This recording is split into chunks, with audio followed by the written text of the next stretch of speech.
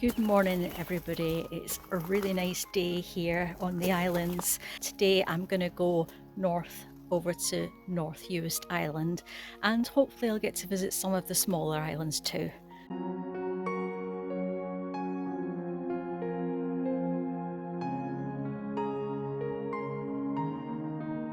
This is Lochmaddy, this is the main settlement on North Uist Island. So here you'll find a shop, a petrol station, there's a museum and one or two small places to eat. It is still a village really when you look at the size of it.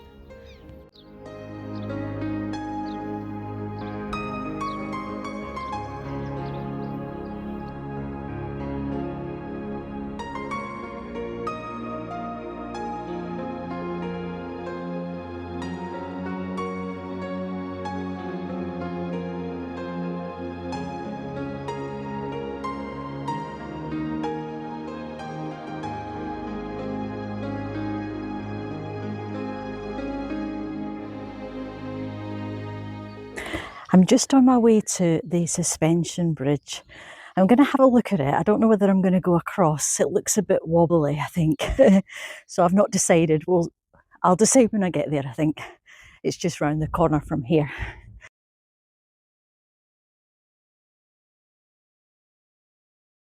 I've arrived at the bridge just behind me here. Now, if I can get across, there's a little hut over there called Hut of the Shadows. It looks like an old chambered cairn, but it's actually a modern building where you get nice views from. But I'm just not sure about this bridge, so let's go and have a look.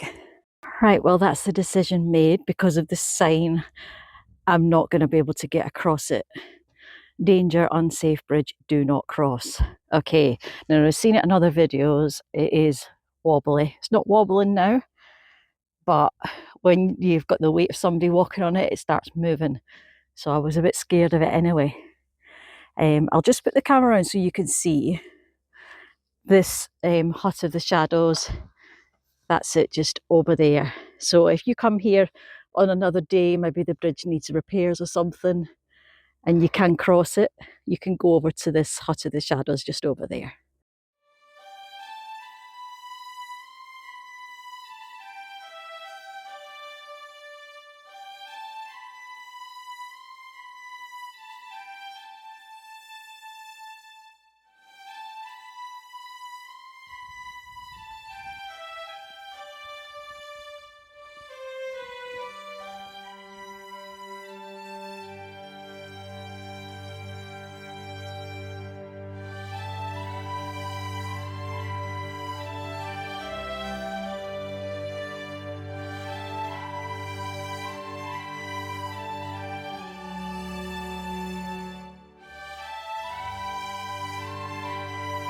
In Lochmaddy, you'll find a small museum and arts centre.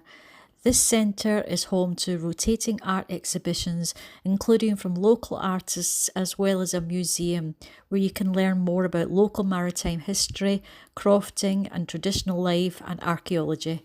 You can also stop for lunch at the cafe or buy a souvenir.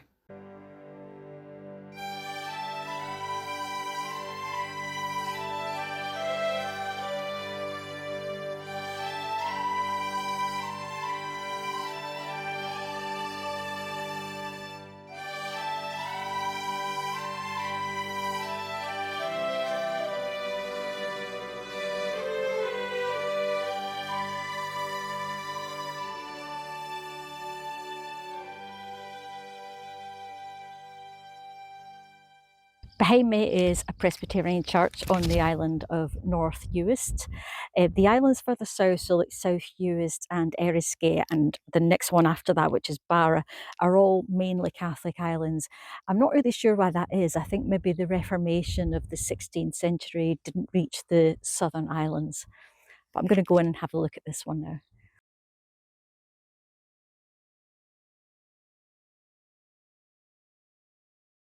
I wanted to go in and have a look, but it's locked today, so I'll just have to look at it from the outside.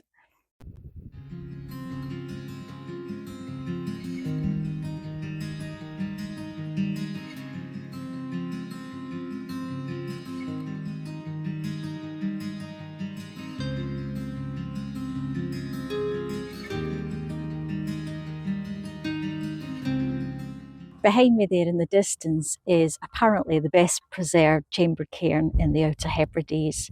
This is Barpa Langas. It's about 5,000 years old. It's not been investigated thoroughly by modern archaeologists yet. There were some excavations over 100 years ago that found some pottery and remains of human bones and that sort of thing. So let's go and have a look.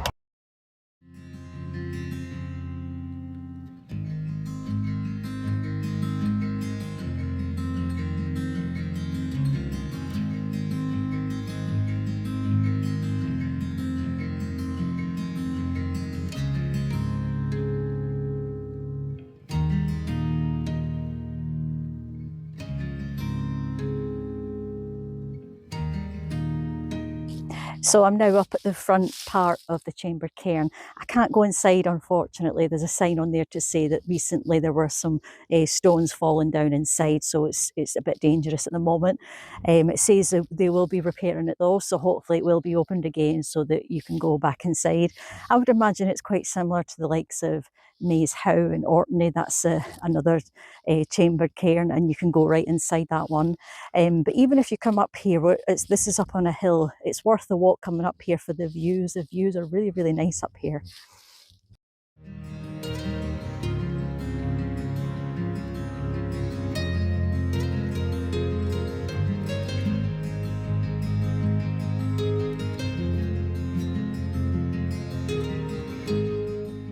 Behind me is the 13th century nunnery known as Trinity Church. It's believed to have been a daughter foundation of the Iona nunnery. Looks like there's a graveyard round the back too, so I'm going to go in and have a look. Trinity Church was founded in the late 1200s. During the medieval period, it was one of the most important religious and educational centres in the Hebrides. It attracted scholars from across the Hebrides and Western Scotland. The Reformation led to its decline, and by 1560 the buildings were in ruins. It was later restored in the 19th century.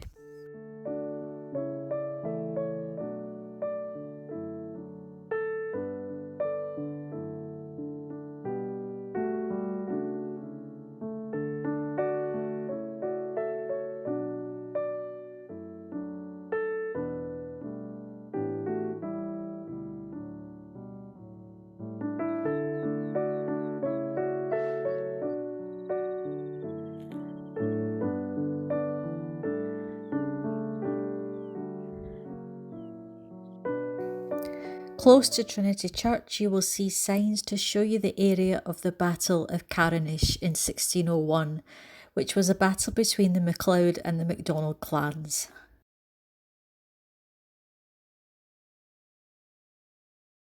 This is the St Kilda Viewpoint from the hill in North Uist. So there were quite a few people here a few minutes ago who tried to point out where St Kilda is. Although it's a very, very clear day, it's a really nice blue sky, it's a bit hazy in the distance. The others seem to be able to see it if you really strain your eyes. I couldn't really see it. So what I'm going to do, I'm going to turn the camera around, I'm going to zoom in and see what it looks like when I put it on the big screen at home, and maybe we'll be able to see it. So this is the furthest I can zoom in, and straight in front you can see a group of rocks in the water. Then as you look to the left you can just make out some silhouettes of some islands. One of those I think is Borare. Then towards the left of that should be the main island of Hirta. On this photo you can just make out the silhouette of Hirta Island.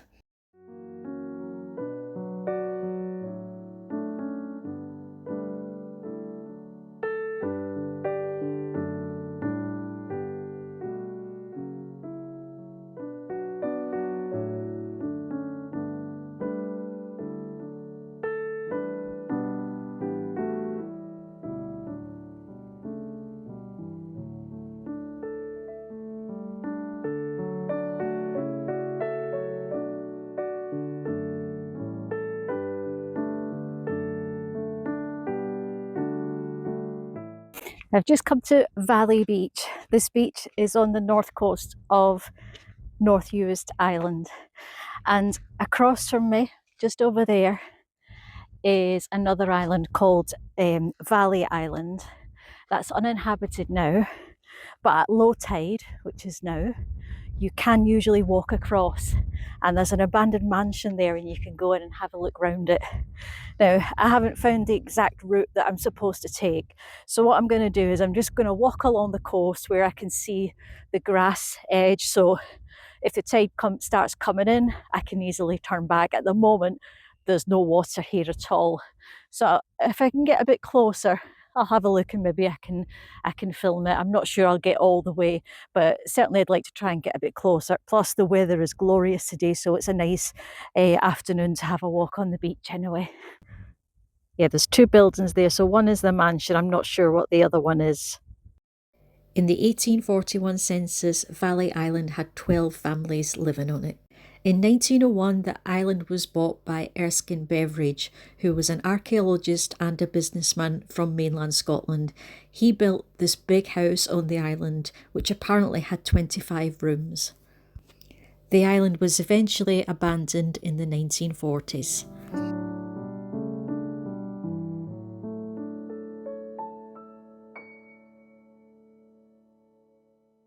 So I've come quite a long way so far. I've now cut the corner instead of going right round because I can see there's no water on here.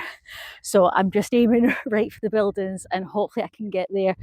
The car, actually I've walked further than I thought. I don't know the distance because I can't tell. I can't tell by looking at things how far away they are. So I'll just turn the camera around and you can have a look where the car is. So as you can see, there's a house, the two houses there. The one on the right, the car is parked just next to that, so I have walked quite a long way. It's not taken me so long, maybe 15 minutes or so.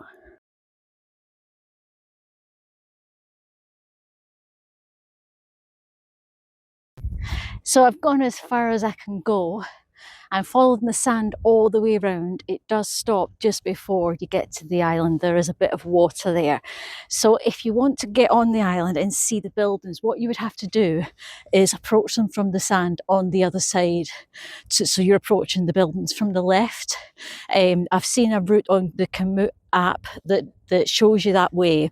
You would start a couple of kilometres further down the coast and then you follow the path, well I say path, you follow the sand all the way up to the island at low tide, but it's quite long, it's 9 kilometres, so that's quite long when you're trying to guess the tides, the high tide and the low tide times and how long you've got. That's why I didn't want to do 9 kilometres. I thought I'll just try this way and see how far I can get. There are people on the island now, I can see them in front just in the distance. I presume they came this way. So what I'll do is I'll just get out of the way of the sun, get a little bit further back, and I'll zoom in the buildings so I can have a good look at them.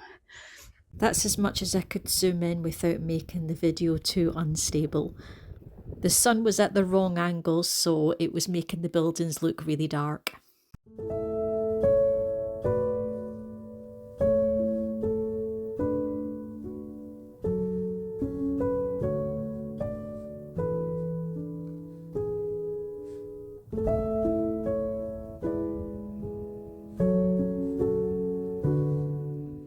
I'm back on dry land now. I'm almost back at the car, but I'm off the beach. So I'm just sat enjoying the sunshine for a little while. It's only about 5:30, but here, if you come at this time of year, it's May at the moment.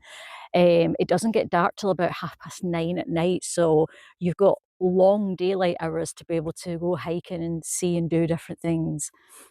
That's all for today's video. I'll end it here on this lovely beach. I hope you've enjoyed it, and if you have, please leave me a comment, or if you've got any questions, let me know. And please like and subscribe if you can to help support the channel, and I'll see you on my next video. Bye for now.